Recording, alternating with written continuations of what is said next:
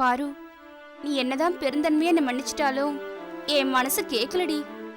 உன் அம்மா பேச்ச கேட்டுண்டு டைவர்ஸ் வரைக்கும் போனது என்னோட தப்புதான். என்னதான் இருந்தாலும் உன்னண்ட ஒரு வார்த்தை என்ன ஏதுன்னு தெரிஞ்சுண்டு உன் விருப்பத்தை கேட்டு இருந்திருக்கணும். அத பண்ணாம போயிட்டேன். விடு மைதிலி, எதுக்கு பழசெல்லாம் பேசிட்டு? இல்ல பாரு, என்னால இப்படி விட்டுற முடியாது. அதுக்கு ஏதாவது பரிகாரம் பண்ணணும். அதுக்காகத்தான் வந்திருக்கேன்.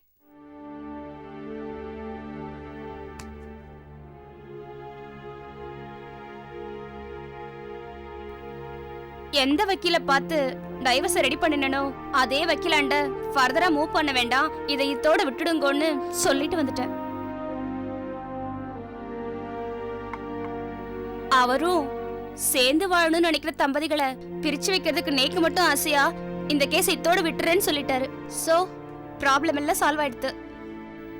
தேங்க்ஸ் மைதிலி. பாரு, தேங்க்ஸ் எல்லாம் சொல்லி என்ன அழ வைக்காதரி. இங்கிருந்து போனதுல இருந்து ஒரு நிமிஷம் கூட நான் நிம்மதியாவே இல்ல. மனசு பூரா என்னடா இப்படி ஒரு காரியத்தை பண்ணிட்டோமேனு ஒரே தவிப்பு. யாத்துக்காரர் கூட என்ன கேட்டார், என்னடி பிரச்சனைன்னு. மனசு தாங்கல, எல்லாத்தையும் அவர்கிட்ட சொல்லிட்டேன். கேட்டுட்டு வாய்க்கு வந்தபடி என்ன திட்டார். கல்யாணம் ஆன நாள்ல இருந்து இன்னைக்கு வரைக்கும் அவர் அப்படி திட்டினதே இல்ல. கோர்ட்ல கூட பிரிஞ்சு வாழணும்னு நினைக்கிற தம்பதிகளை சேர்த்து வைக்கணுங்கிறதுக்காகத்தான் ஜட்ஜ்மெண்ட்டை 1 வருஷம் தள்ளி வைக்கிறா. ஆனா நீ உன் ஃப்ரெண்டுக்கு இப்படி ஒரு காரியத்தை பண்ணிட்டியேன்னு கேட்டுட்டார். என்னால பதிலே சொல்ல முடியல. அவர் திட்ட வாங்கிட்டு கிளம்புனவதான் நேரா வக்கீல் ஆபீஸ் போயிட்டு அதே சூட்டோட இங்க வந்து நிக்கிறேன். இப்ப நான் பண்ணது பரிகாரமாகாது. சிவாவோட நீ சேர்ந்து வாடுறதா பரிகாரம். அதுக்கு என்னால என்ன பண்ண முடியுமோ அதையும் பண்ண நான் தயாரா இருக்கேன் பாரு. இத நான் ஒண்ணு சும்மா பேச்சுக்காக சொல்லல பாரு. உன் ஆத்துக்கார டெல்லி கிளம்புற அன்னைக்கு அவரையும் பார்த்து பாருக்கும் இந்த டைவர்ஸ்க்கும் எந்த சம்பந்தமும் இல்லைன்னு அவர்கிட்ட சொல்லிட்டேன்.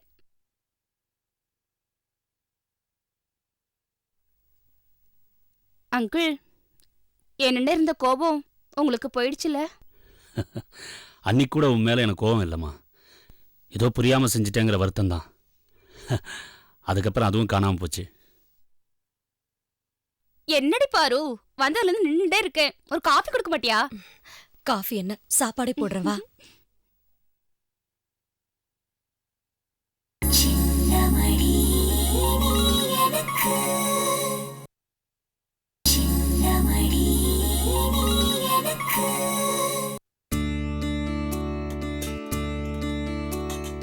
பாரு, ஒரு பேச்சுக்கு காஃபி தான் கேட்டேன், நீ சாப்பாடே போட்டுட்ட.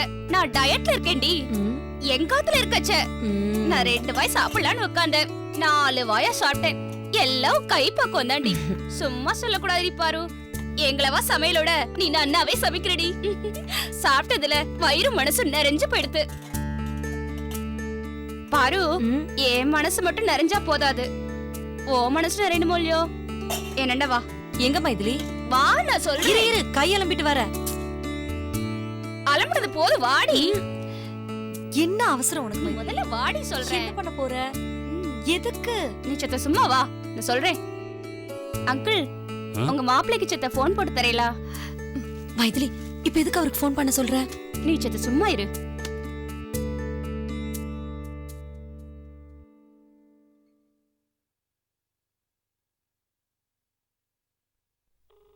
என்ன அங்கிள், ரிங்க போறதா?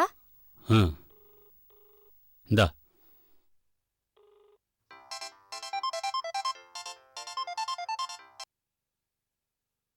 ஹலோ, நமஸ்காரம். நான் மைத்திலி பேசுறேன். சொல்லுங்க. பிஸியா இருக்கேளா? நான் எதுவும் டிஸ்டர்ப் பண்ணலையே? அதெல்லாம் ஒண்ணும் இல்ல, சொல்லுங்க மைதிலி. இப்படி வீடு வாசல்லாம் விட்டுட்டு ஒரே அடியா டெல்லியில போய் உட்கார்ந்ததுக்கு ஒரு வகையில நானும் காரணமாயிட்டேன். அங்க உங்க மனசு பூரா பாருவோட நினைப்பு தான் இருக்கும். பாருவும் அப்படித்தான் இருக்கா. உங்களையே நினைச்சுண்டு உங்களை புரிஞ்சுக்காம போயிட்டமேன்னு வருத்தப்பட்டு அவளை பார்க்கவே பாவமா இருக்கு. கிட்டத்தட்ட நீங்க 2 பேரும் ஒரே மனநிலையில தான் இருக்கீள். அப்புறம் எதுக்கு தேவையில்லாத இந்த கண்ணாமூச்சி ஆட்டம் எல்லாம்? அதான் நீ நீங்க 2 பேரும் மனசை விட்டு பேசணுமேன்னு போன போட்டேன். ஒரு நிமிஷம் பாருக்கிட்ட குடுக்கறேன். நடந்ததெல்லாம் கெட்ட கனவா நினைச்சு மறந்துட்டு இனி நடக்க போறத பத்தி பேசுங்க. நான் பாருக்கிட்ட போன குடுக்கறேன். இந்த பாரு. நான் என்ன வாடி பேசுறி. பேசு. அங்கிள், நாம இங்க இருந்தா பேசுறதுக்கு கூச்சப்படுவா. வாங்க நம்ம போலாம். பேசுறி.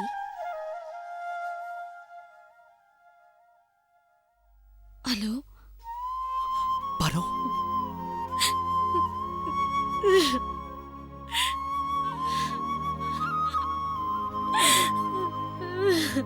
பாரு, எதுக்கு இப்ப அலற?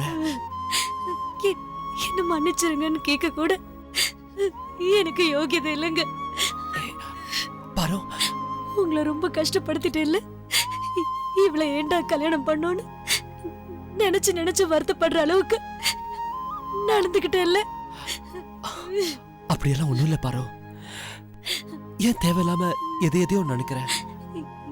இல்லங்க, உங்களுக்கு நான் நிறைய கஷ்டம் கொடுத்துட்டேன். என்ன தவிர வேற எந்த பொண்ணை நீங்க கல்யாணம் பண்ணிருந்தாலும் இதை விட 1000 மடங்கு சந்தோஷமா இருந்திருப்பீங்க. நான் உங்களை ரொம்ப சித்திரவதை பண்ணிட்டேன். ஆனா ஒரு விஷயங்க, நான் மட்டும் வேற யாரையாவது கல்யாணம் பண்ணிருந்தா என்னைக்கோ நான் செத்து போயிருந்திருப்பேங்க. நிறைய விஷயங்களை நீங்க எனக்காக விட்டு கொடுத்திருக்கீங்க. ஆனா நான் தான் உங்களை புரிஞ்சுக்காம போயிட்டேன்.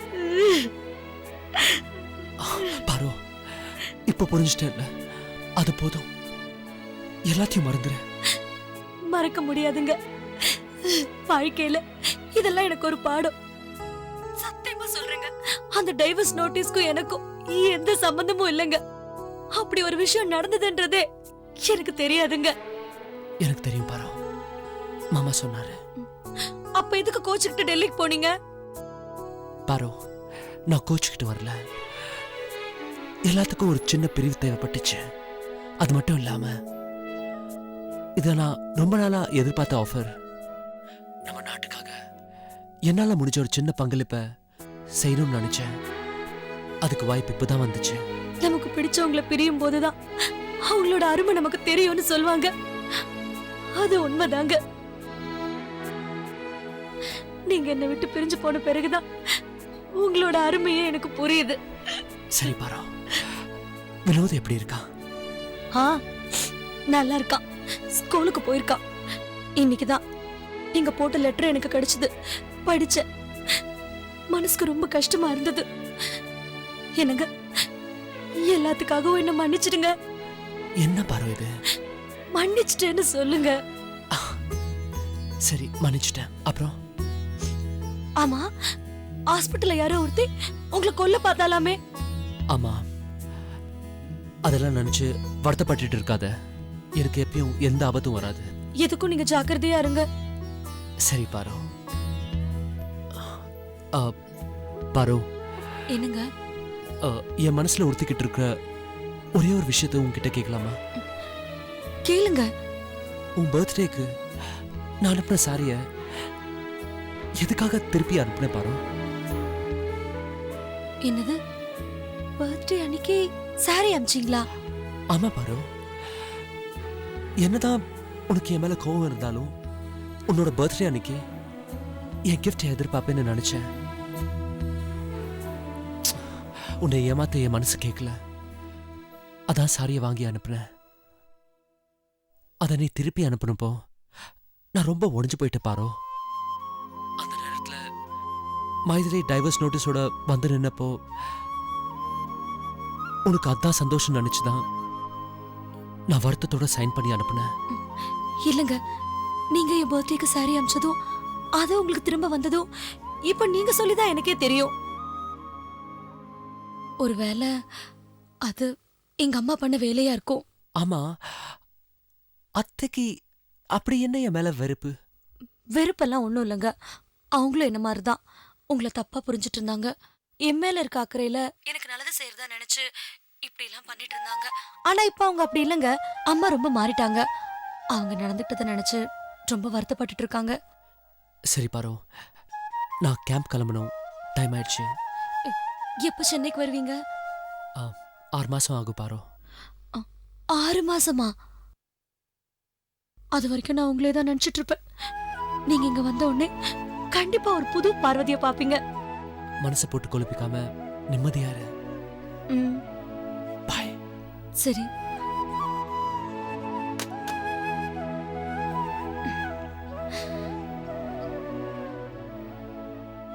பாரு, இப்ப சந்தோஷமா?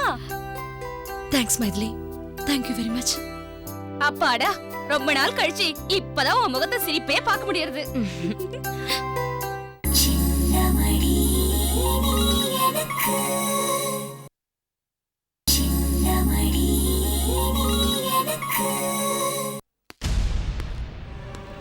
உன் பேர் என்ன? விமலா. ஆ? விமலா. ஆ. கல்யாணம் ஆச்சா? ஆச்சி. வீட்டுக்காரன் என்ன வேலை பார்க்கறான்? வீட்டுக்கார் இல்ல. நீ எங்க இருக்க? அசோக் நகர்ல. Good morning sir. என்ன சொல்றாங்க? இப்பதான் என்கொயரி ஆரம்பிச்சிருக்கேன் சார். பேர் என்னவா? விமலாமா சார்? பிரதாப் எப்படி தெரியும்? கேக்குறேன்ல. ஏய், கேக்குறாருல, சொல்லுடி. சொல்லிடுறேங்க. சொல்லு. பிரதாப் எனக்கு ரொம்ப நாளாவே பழக்கம். ஒரு நாள் அவர் என்ன தேடி வந்து டாக்டர் சிவா வீட்ல என்ன வேலைக்காரியா நடிக்க சொன்னாரு. எதுக்காக? சிவா சாரையும் பார்வதியும் பிரிச்சு வைக்கிறதுக்காக தான். சொல்லு. அவங்க வீட்ல நான் வேலைக்கு போய் சேர்ந்தேன். நான் அதை கேட்கல. பிரதாப் உங்ககிட்ட சொன்னதை செஞ்சியா? செஞ்சேங்க. அப்புறம் என்னாச்சு? சிவா சார் ஹாஸ்பிட்டல்ல டாக்டர் சைலஜான்னு ஒருத்தவங்க இருந்தாங்க. அவங்க தான் கைப்பட எழுதுற மாதிரி நானே ஒரு லெட்டர் எழுதி அவரோட சட்டப்பையில வச்சுட்டேன். இந்த காலத்துல யாரை நம்புறதுன்னே தெரியலமா. என்ன பேப்பர் இது? கொடு. சிவா, நாம நடித்த நடிப்பில் நம்மை சந்தேகப்படுவதை உன் மனைவி நிறுத்திவிட்டாள். இந்த சந்தர்ப்பத்தை பயன்படுத்தி நமக்கு பிறக்க போகும் குழந்தைக்கு அவள் வாயாலேயே பெயர் வைக்க சொல்லணும். உன் விருப்பப்படியே நமக்கு பெண் குழந்தைதான் பிறக்கும். ஒரு நாள் டாக்டர் சைலஜா சிவா சார் வீட்டுக்கு வந்தாங்க. அப்ப சார் வீட்ல இல்ல. பார்வதி அம்மா மட்டும் குளிச்சிட்டு இருந்தாங்க. எக்ஸ்கியூஸ் மீ, பார்வதி இல்லையா? இருக்காங்க, அம்மா குளிச்சிட்டு இருக்காங்க. நீங்க? நான் ஷைலஜா, சிவா கூட ஹாஸ்பிட்டல் டாக்டரா இருக்கேன்.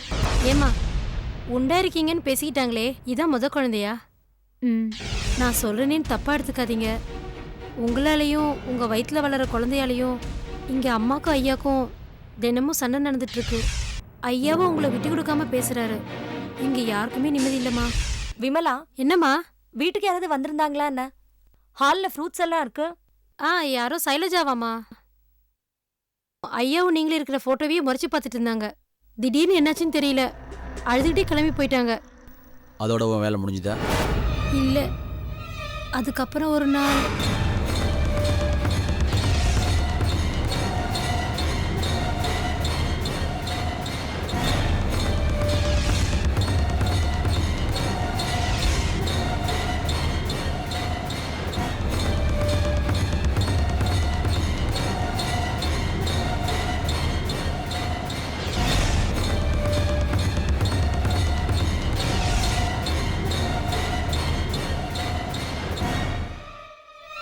உன் வேலை அதோட முடிஞ்சுதா? ஆமாங்க. உன்னை பிடிக்கிறதுக்கு முன்னாடி பிரதாப் கூட என்ன பேசிக்கிட்டு இருந்தேன்? பேசின பணத்தை அவன் எனக்கு தரல. அதை கேட்டுதான் நான் தகராறு பண்ணிட்டு இருந்தேன். அப்பதான் நீங்க வந்தீங்க. உங்களை பார்த்ததும் அவன் பயந்து ஓடிட்டான். இன்ஸ்பெக்டர் சார், இந்த பொண்ணை லாக்அப்ல வைங்க. Okay sir. ஆ.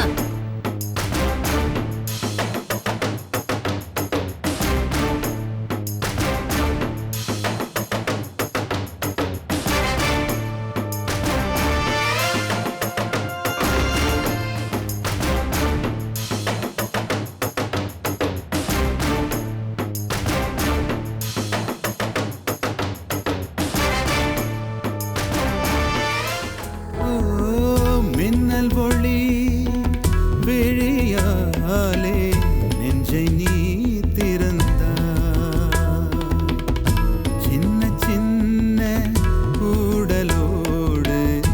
சிரிக்க ஏன் மறந்தா கண்ணில் நிறைந்த கன்னி தமிழே உள்ளம் கலங்காதே கண்ணில் நிறைந்த கன்னி தமிழே உள்ளம் கலங்காதே உன்னையல்லாமல் வேறு உறவும் என்னை சேராதே காற்றும் நானும் காத்து கிடந்த தனிமை தீவினிலே